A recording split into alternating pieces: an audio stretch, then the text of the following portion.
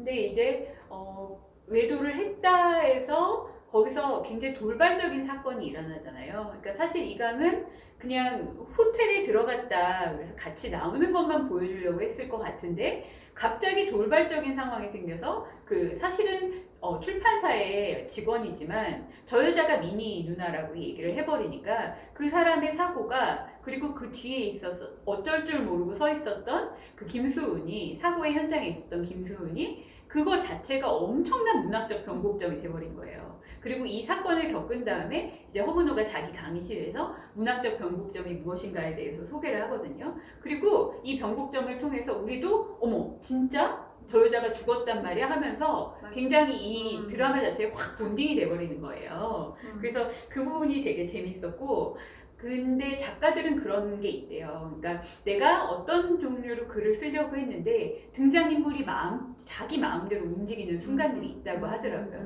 그래서 제가 좋아하는 그 검은꽃이라는 소설에서 김영하 작가님이 그런 식으로 처음에는 내가 글을 쓰는 것 같았는데 알고 보니까 이 사람들이 자기의 삶을 책 속에서 사는 거를 나는 따라갔다라고 얘기를 해요. 근데 뭐 그게 어떤 뭐 라이터스 하이라든가 굉장히 그런 작가적인 고향이 있을 때 이루어지는 일일 것 같은데 그런 것처럼 이 사고를 딱 통해서 자기도 모르는 방향으로 이강도 소설이 막 흘러갔을 것 같아요. 그래서 그 소설을 쓰는 이강이 얼마나 신났을까. 얘가 씩 웃잖아요. 무서울 정도로 씩 웃잖아요. 그러니까 이 애가 앞으로 이 소설이 어떻게 흘러갈까에 대해서 굉장히 흥미진진하고 작가로서의 쾌감을 느꼈을 수 있겠다. 저는 그런 생각이 들었죠. 어쩌면 굉장히 충실한 제자이기도 한 거예요. 왜냐면 허문호가 글은 이렇게 쓰는 거다라고 하는 그 부분들을 정말 잘 따라가고 있거든요. 매끄럽게 캐치를 해요. 그리고 그것 때문에 정말로 더 허문호를 더 빠뜨릴 만한 굉장히 특별한 이야기가 또 만들어진 것도 사실이고요. 그러니까 허문호를 놀려주기 위해서 처음에는 골탕 먹이기 위해서 썼지만 그 과정 가운데에서 굉장히 훌륭한 작가가 돼버린 아이러니가 있는 거죠. 특히 이제 허문호가 첫 문장이 중요하다. 소설은 첫 문장이 중요하다라고 강의한 그 다음에 과제를 냈는데 그 과제의 첫 문장이 가본 적 없는 곳을 그리며 향수에 젖을 수 있을까요? 굉장히 이제 이 첫 문장에 신경을 쓴 거죠, 나름대로. 그리고 그 다음 첫 문장은 그 다음 첫 문장은 큰 문을 열어젖히고 들어섰을 때 작은 문을 마주한다면 내가 서 있는 곳은 아닐까 바깥일까 이런 문장을 써요. 그러니까 그 첫 문장을 중요하게 생각해야 된다라는 강의를 안 듣는 것 같아도 다 들으면서 자기의 그 과제에 최대한으로 녹여내려고 했구나. 그러면서 점점 진보하는 작가가 됐구나라는 생각이 들더라고요. 진짜 천재적 작가의 잠재력이 있는 거죠. 그렇죠. 근데 아까 형설의 얘기를 들으니까 그 이야기가 결국 그 인물들이 이 작가를 끌어당기는 살아 움직여서 근데 그게 그 정신분석학에서 분석심리학에서의 무의식의 힘이 그렇다라고 얘기를 하거든요. 그러니까 무의식은 사람 안에 가지고 있는 하나의 어떤 형태이지만 그 무의식 자체가 독립적인 힘이 있어서 그 개인을 또 영향을 끼치고 살아서 유기체적으로 이 안에서 자신의 무의식이 움직인다라고 하는 설명을 하는데 심리학적으로는 이 이강의 어떤 무의식이 굉장히 강력한 힘으로 끌어당겼던 어떤 지점이 아닐까. 무의식과 무의식의 만남이죠. 어떻게 보면. 그러네요, 정말. 그러니까 참 이야기가 되어가면서 마지막에 당신의 이야기는 어떻습니까? 라고 하거든요. 근데 허문호가 자기가 쓴 소설을 복귀해 보니까 자기의 소설은 악의와 적대감, 열등감으로 가득한 특별함 없는 그런 구질구질한 이야기였던 거예요. 그러니까 좀 어떻게 보면 슬프죠. 맞아요. 근데 그 얘기가 진짜 허문호가 쓰고 싶었던 얘기인 거예요. 마지막에 완전히 신들린 것처럼 이 소설 내 거라고? 그래, 이 소설은 내 거야 라면서 마지막 부분을 완성할 때 허문호가 다시 한번 그 김수은의 플래시백을 떠올리거든요. 그러니까 너는 문장 공부부터 다시 해야 되겠더라. 하고 싶은 얘기가 없으면 안 쓰는 건 어떠니? 라고 얘기를 했던 걸 떠올렸는데 우리가 1화에서 봤을 때는 그 말이 생각나서 글을 못 썼어요. 근데 마지막에 6화에 가서는 막 글을 쓰는 거예요. 그 얘기가 무슨 말이냐면은 쓰고 싶은 이야기가 생겼다는 거죠. 근데 문호가 쓰고 싶었던 이야기는 김수은을 아주 다각으로 끌어내리고 폭로하는 이야기였던 거예요. 그러니까 작가로서 굉장히 이상적이고 아름답고 이런 것들을 문학은 고귀한 거야 이렇게 얘기를 하지만 자기가 쓰고 싶었던 얘기는 결국 그 얘기였다는 거죠. 근데 참 마음이 어떻게 보면 안타까웠어요. 맞아요. 네. 허문호의 이야기는 아내인 조연숙도 없지만 자기 자신도 없다.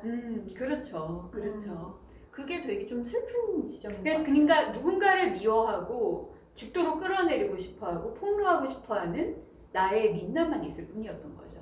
그래서 허문호란 인물이 참 어리석고 또 미성숙하고 네. 답답하고 네. 어느 땐 좀 징그럽고 무서운 인물이기도 네. 하지만 그만큼 굉장히 또 불쌍하고 짠한 인물이기도 한 미워할 수만 그렇죠. 그리고 이야기를 정말 탐한 인물이라는 게 그 마지막에 이강이 12년 전의 이야기를 쭉 메일로 써서 보냈을 때 그거를 다 읽고 나서 헐 대박 이러잖아요.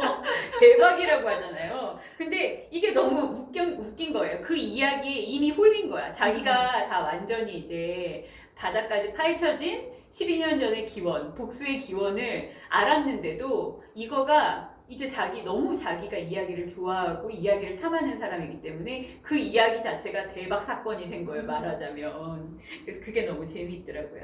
맞아요. 예, 또 인상에 남는 장면 있으세요? 뭐 이야기할 게 너무 많아서 전 조연숙이 떠나는 장면. 아주 그냥 귀가 확 트인 나시 원피스를 입고 그냥 근데 딴 사람 같아요. 그렇지 않아요? 맞아요. 갑자기 미모가 막 빛이 올라오면서 맞아요.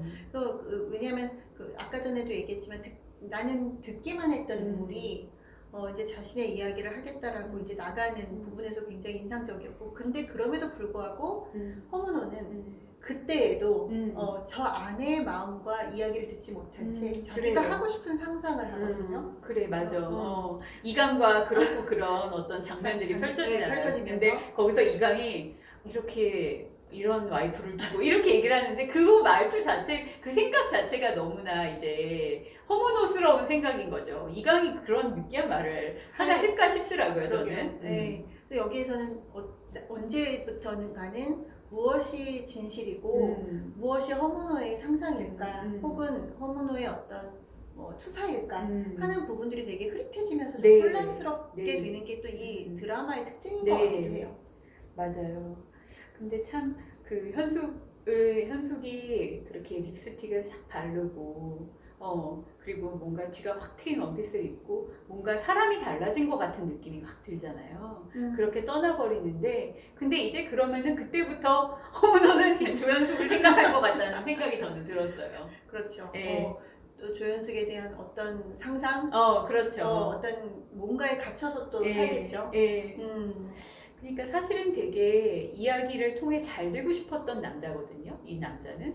그래서 사실은 신인문학상 받는 장면을 꿈을 꾸잖아요. 근데 거기서 사실 이제 여기서 상을 받아야 될 분은 따로 있습니다. 저에게 문학을 알려주시고 인생이 뭔가까지를 알려주신 저희 선생님. 이러니까 갑자기 모든 카메라가 허문호를 향해서 돌면서 허문호가 막 스포트라이트를 받는 장면이 나오잖아요. 그러니까 그런 꿈이 되게 좀 웃기면서 서글프더라고요. 맞아요. 그게 이제 본인은 문학으로서 성공하지 못했어도 누군가의 어떤 스승이라도 되어서 뭔가 칭찬을 받고 싶고 찬사를 받고 싶고 관심을 받고 싶은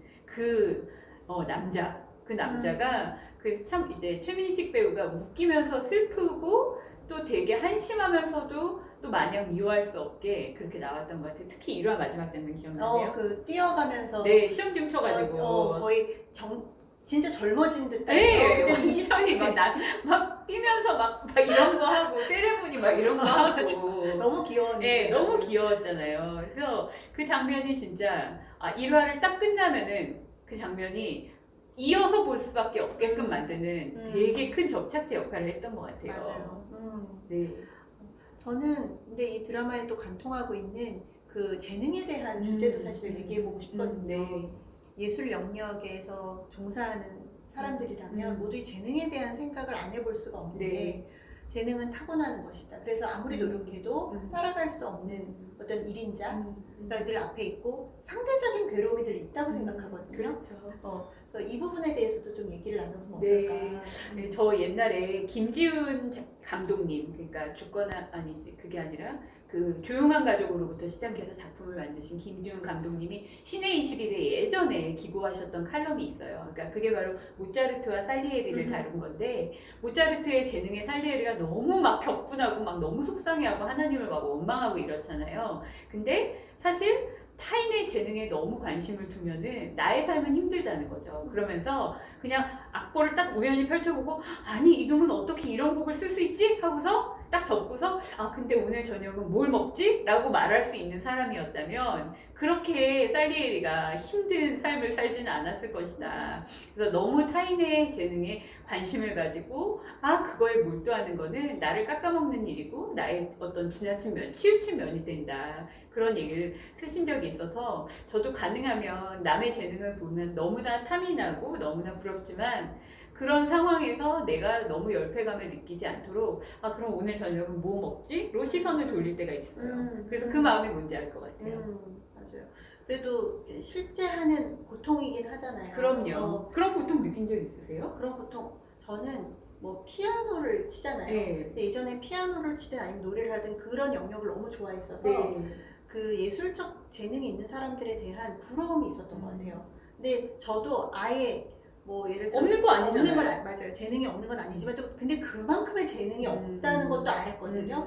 그래서 성악을 전공하라고 권유를 받았던 네, 적이 있었는데 네. 고등학교 때 안 했던 이유가 나는 그만한 재능은 없다고 스스로 생각했기 때문에 힘들 것 같았어요. 그 길을 가면. 그래서 저는 안 하겠습니다 하고 저버렸던 때가 기억이 나는데, 그런 재능을 못 갖는 것도 하나의 그 상실감일 수 있기 때문에 깊은 슬픔이 있다. 그래서 그거를 받아들이고 통과하는 과정이 예술을 사랑하는 사람이라면 네. 누구든지 갖고 있다. 그렇구나. 근데 허문호가 사실은 본인이 그치만 책 한 권을 낸 것 치고는 대학에서 강의를 하고 있다는 거는 나름대로 굉장히 좋은 어떤 나름대로 커리어를 가지고 있는 거라고 저는 생각을 하거든요. 그렇죠. 그리고 많은 학생들을 만났는데, 근데 첫 장면이 모든 시험지를 굉장히 혹독하게 크리틱을 하는 장면이 나오잖아요. 그리고 어떤 거에는 막 쓰레기라고 써서 주기까지 하고. 근데 저는 그런 것도 이 허문호가 그냥 허문호가 오늘 우리 학생들은 무슨 글을 썼지? 라고 하면서 이렇게 읽어보고, 이런 부분은 이렇게 고치면 좋겠는데 뭐 이런 부분은 이렇게 생각해보면 어떨까?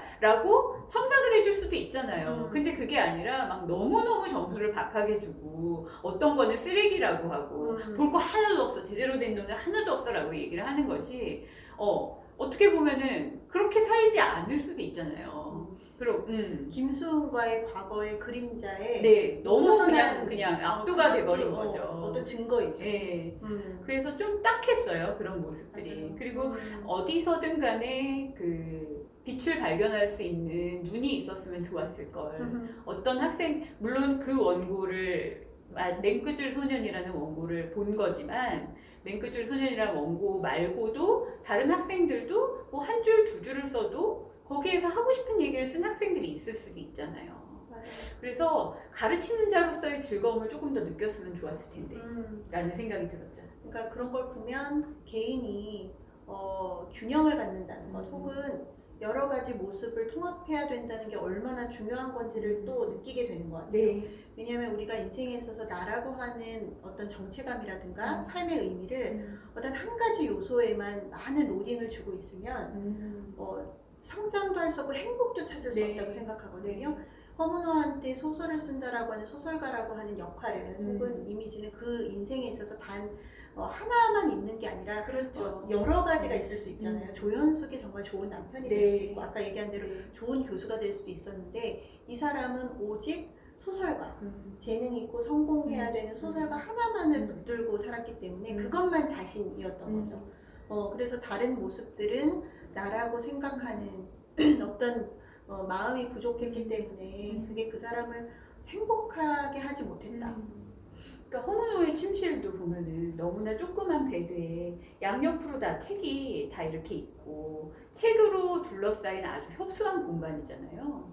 근데 거기서 혼자 자고 혼자 꿈을 꾸고 혼자 생각을 하고 이불킥을 하고 막 이러는 모습들이, 사실은 아내의 방이 훨씬 크고 항상 자기를 기다리는 아내가 있는데, 그렇게 아내를 사랑하고 아내와 근데 너무 좀 짠했던 게 약간 삐져있는 상태에서 우리 영화 보러 갈까? 나 지금 데이트 신청하는 거야. 그러니까 아내 얼굴이 확 풀리는 거예요, 거기서. 그래가지고 저 인간 뭐지? 약간 이런 생각을 하면서 좀 속상했더랬습니다, 사실은.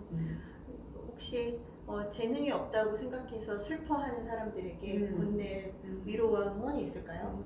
이 드라마를 보고 난 후에 재능이 없는 사람들에게 건넬 수 있는 이야기.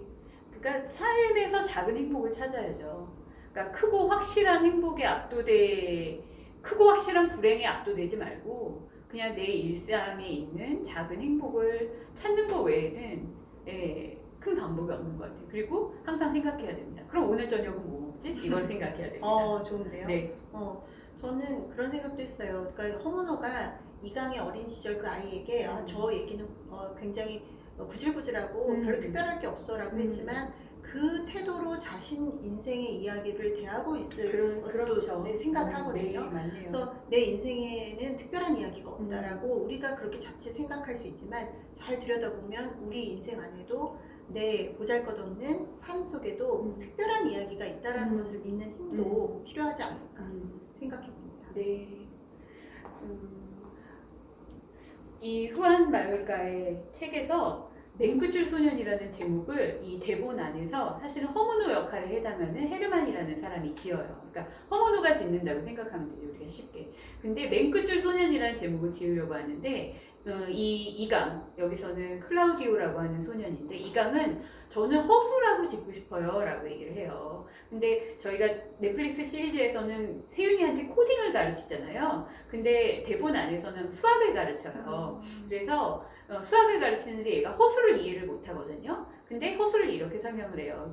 루트 마이너스 7, 루트 마이너스 5 이거는 실제로 존재하는 수가 아니다. 사실은 이런 거는 없는 거야. 근데 그걸 가지고 더하고 곱하고 빼고 나누고 하면서 뭔가가 있는 것처럼 만들어내는 거지 라고 얘기를 해요. 그런데 그 사실은 맹구줄 소년이라는 이 소년이 쓴 대본이 그런 얘기였던 거죠. 사실은 없어. 사실은 없는 얘기야. 근데 그거를 더하고 곱하고 빼고 나누면서 너무 있는 것 같은 얘기가 돼버린 거죠. 그래서 저는 여기서는 드라마에서는 그 허수라는 이야기가 누락이 됐지만 되게 의미심장한 표현이라고 생각했어요. 사실은 소설도 그렇잖아요. 없는 이야기들을 있는 것 같이 만들어내는 이야기잖아요. 근데 허문호는 반대로 생각한 거예요. 이것들을 다 실수라고 생각하고 실수의 거대한 합을 만들어버린 거죠.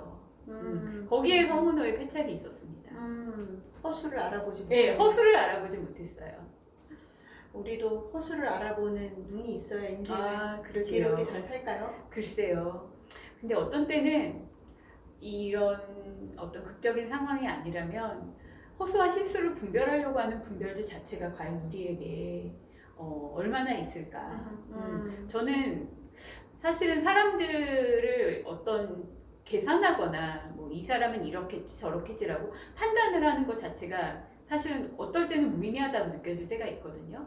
그냥 나의 진심을 다하고 갑자기 이 얘기는 좀 다른 우리 맹구줄 소년과는 다른 맥락인 것 같은데 그런 생각이 들어요. 저는 그냥 이 사람이 나에게 말하는 거는 진심이다라고 생각하는 편이에요. 네. 나중에 속았다고 알지라도 그래도 그래도 그렇다고 할지라도 믿어주자. 그런 편이에요. 저는 따뜻하다기보다는 그것 때문에 계산하고 마음이 괴로워지는 게 싫어요. 어디서부터 진짜고 어디서부터 가짜지? 이런 거를 계산하기 시작하면 그 사람이 다른 얘기를 믿을 수가 없어지니까. 맞아요. 근데 허문호에겐 그런 게 필요했던 걸까요? 근데 너무 장치를 잘 해놨어서. 맞아요. 네. 허수만으로도 이렇게 큰 영향력을 끼칠 네. 수 있다면 허수를 어떻게 활용할지가 또 사실 중요할 것 그렇죠. 같아요. 그렇죠. 그러니까 지금 나에게 없는 것 같아도 나를 살릴 수 있고 희망을 줄 수 있고 일으켜 세울 수 있는 허수가 있다면 그걸 믿는 것도 나쁘지 않지 네, 않을까요? 그렇겠네요. 그렇죠? 네. 누구를 파괴하고 복수하는 데만 쓰이지 맞아요. 않는다면 네. 허수도 잘 쓰면 네. 또 그것 자체로 진짜 신나는 나의 이야기가 진짜 이야기가 될 수도 있다. 네. 이런 생각도 해보네요. 마지막에 이제 그 12년 전의 이야기를 읽으면서 이제 이 허문호가 너무나 허탈한 듯 재미있는 듯 그러나 슬픈 듯 분노한 듯 막 웃거든요. 껄껄껄껄껄 웃거든요. 페인이 된 상태에서. 그래서 저는 이상하게 올드보이에서의 오대수, 최민식 씨가 연기한 오대수 모습이 생각이 났거든요. 근데 오대수도 아주 사소한 말실수를 해가지고 한 여자를 죽음으로 이끌고, 그리고 우진이의 벌을 받고, 그리고 마침내는 딸과의 금기를 범하잖아요. 근데 맨 끝줄의 허문호는 아주 사소한 무심함과 배려 없음으로 이강의 벌을 받은 거예요. 이강의 소설을 통해서 벌을 받게 됐는데, 그리고 마침내는 자식이라고 할 수 있는, 자기가 자기 거라고 생각한 두 번째 작품, 그렇게도 그가 열망하던 두 번째 작품을 빼앗긴 거예요. 근데 이강이 가방을 끌어안고 도망쳐요. 그거 기억나시죠? 네. 그러니까 얘는 얘 거야, 자기 거야, 이 소설이 자기 거야. 근데 이 허문호는 자기 거라고 생각하는데 뺏긴 거죠. 그렇죠. 그러니까 이런 식으로 두 사람의 어떤 대비가, 그리고 비슷한 모습이 이제 같이 보이면서, 근데도 결론적으로 이 전 과정을 통해서 허문호는 특별한 얘기를 갖게 된 거예요. 그래요. 네. 그래서 나중에도 마지막 장면에도 글을 네. 열심히 쓰고 있잖아요. 그러니까 쓰고 싶은 얘기가 있나 봐요. 음. 허문호에게도 맞아요. 결국에는 그렇게 생긴 것 같아요. 그래서 헌책방을 하고 소주에 참치를 곁들여서 그냥 대충 끼니를 때우면서도 계속 글을 쓰고 있는. 눈이 형형해 보였어요. 네. 모든 것을 잃어버렸지만 글을 쓸 특별한 이야기는 남았나 남았다. 봐라고 생각을 했죠.